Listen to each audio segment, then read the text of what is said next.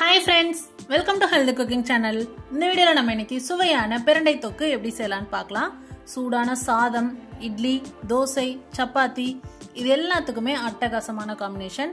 அது மட்டும் இல்ல இத வெளியில வச்சு ஸ்டோர் பண்ணோம் அப்படினா ரூம் டெம்பரேச்சர்ல 1 வீக் வரைக்கும் கெட்டு போகாம இருக்கும். ஃப்ரிட்ஜ்ல வந்து 1 மந்த் வரைக்கும் வச்சு யூஸ் பண்ணலாம். வாங்க எப்படி செய்யலாம்னு பார்க்கலாம். பிரண்டை தொக்கு செய்யறதுக்கு ஒரு கட்ட அளவுக்கு பிரண்டை நான் எனக்கு எடுத்துர்க்கேன்.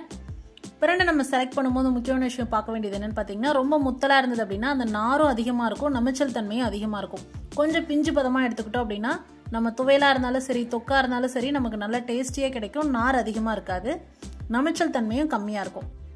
பிரண்டை கிளீன் பண்ணும்போது கையில லைட்டா அரிக்கிற மாதிரி இருக்கும். அதுக்கு நம்ம கையில தேங்காய் எண்ணெய் பயன்படுத்தலாம். கையில ஃபுல்லா அப்ளை பண்ணிட்டு அதுக்கப்புறமா சுத்தம் பண்ண ஆரம்பிக்கலாம். தேங்காய் எண்ணெய் மட்டும் இல்ல வேற எந்த குக்கிங் ஆயில் வேணாலும் யூஸ் பண்ணிக்கலாம். அதே மாதிரி பிரண்டை கிளீன் பண்றது எப்படின்னு பார்க்கலாம். பிரண்டை கிளீன் பண்ணும்போது சைட்ல இருக்கக்கூடிய கத்தி வச்சுட்டு அந்த நார் பகுதியை எடுத்தோம் அப்படின்னா ஈஸியா வந்துடும்.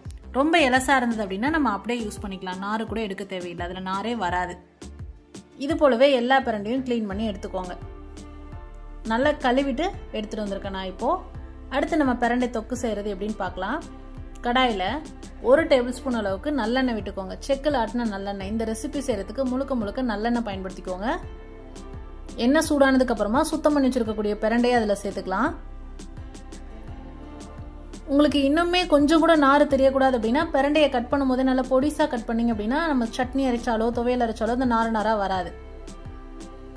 இந்த மாதிரி கலர் சேஞ்ச் ஆகிற வரைக்கும் ஸ்டவ் சிம்ல வச்சு வறுத்து எடுத்துக்கோங்க. அதை ஒரு பிளேட்க்கு டிரான்ஸ்ஃபர் பண்ணிடுங்க. இப்போ அதே கடாயில 1 டீஸ்பூன் அளவுக்கு எண்ணெய் விட்டுக்கோங்க. எண்ணெய் சூடானதுக்கு அப்புறமா 1 டேபிள் ஸ்பூன் கடலைப்பருப்பு, 1 டேபிள் ஸ்பூன் உளுந்தம்பருப்பு, 1 டேபிள் ஸ்பூன் சீரகம், காரத்திற்கேற்ப காய்ந்த மிளகாய், அடுத்ததா 1 முழு பூண்டு உரிச்சு சேர்த்துக்கோங்க. இதை எல்லாத்தையும் அந்த எண்ணெயில நல்லா ஃப்ரை பண்ணிக்கணும். அந்த பருப்பெல்லாம் பாருங்க நல்லா கலர் சேஞ்ச் ஆகி வரும். இந்த ஸ்டேஜ்ல 1 கைப்பிடி அளவு கருவேப்பிலை, 1 கைப்பிடி அளவு மல்லி இலை, இது ரெண்டுமே ஆப்ஷனல் தான். அடுத்ததா 1 பெரிய நெல்லிக்காய் சைஸ் அளவுக்கு புளி சேர்த்துக்கோங்க.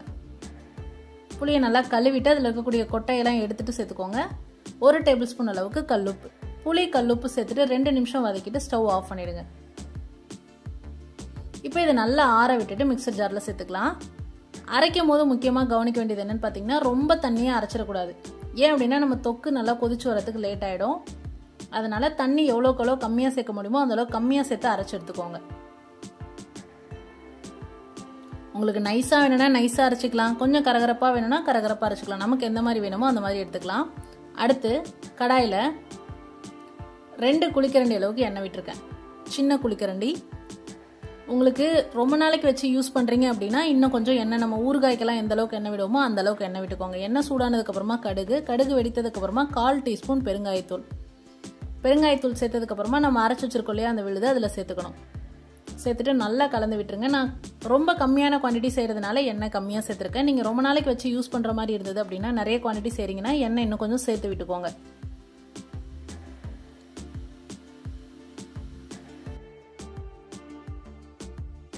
நம்ம ஃபர்ஸ்ட் அந்த தொக்கு சேர்த்துட்டு கலந்து விடும்போது பாத்தீங்கன்னா எண்ணெயை ஃபுல்லாவே அப்சர்வ் பண்ணிக்கும். சிம்ல வச்சு பொறுமையா அப்பப்ப கலந்து விட்டுட்டே இருங்க.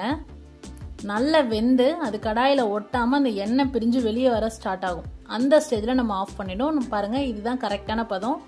கலர் நல்லா சேஞ்ச் ஆகி நல்ல ஃபிளேவரோட சூப்பரா ரெடி ஆயிடுச்சு. இந்த ஸ்டேஜ்ல ஸ்டவ் ஆஃப் பண்ணிடலாம். ஆஃப் பண்ணிட்டு சூடான சாதத்துல வச்சு சர்வ் பண்ணலாம். சூப்பரான பிரண்டை தொக்கு தயாராயிடுச்சு. இட்லி, தோசை, சூடான சாதம் இது எல்லாத்துக்கூடயும் வச்சு சர்வ் பண்ணலாம். சப்போஸ் உங்களுக்கு பிசைஞ்சு சாப்பிடும்போது ரொம்ப ட்ரையா ஃபீல் ஆச்சுன்னா நல்லெண்ணெயோ நெய்யோ சேர்த்துட்டு பிசைஞ்சு சாப்பிடலாம். சூப்பரா இருக்கும். ட்ரை பண்ணி பார்த்துட்டு உங்களை கமெண்ட் மறக்காம சொல்லுங்க ஃப்ரெண்ட்ஸ். இது போன்ற ஹெல்தி ரெசிபிஸ்க்கு மறக்காம ஹெல்த் குக்கிங் சேனலை சப்ஸ்கிரைப் பண்ணுங்க. இந்த வீடியோ உங்களுக்கு பிடிச்சிருந்தா லைக் பண்ணுங்க, ஷேர் பண்ணுங்க, கமெண்ட் பண்ணுங்க. தேங்க்ஸ் ஃபார் வாட்சிங்.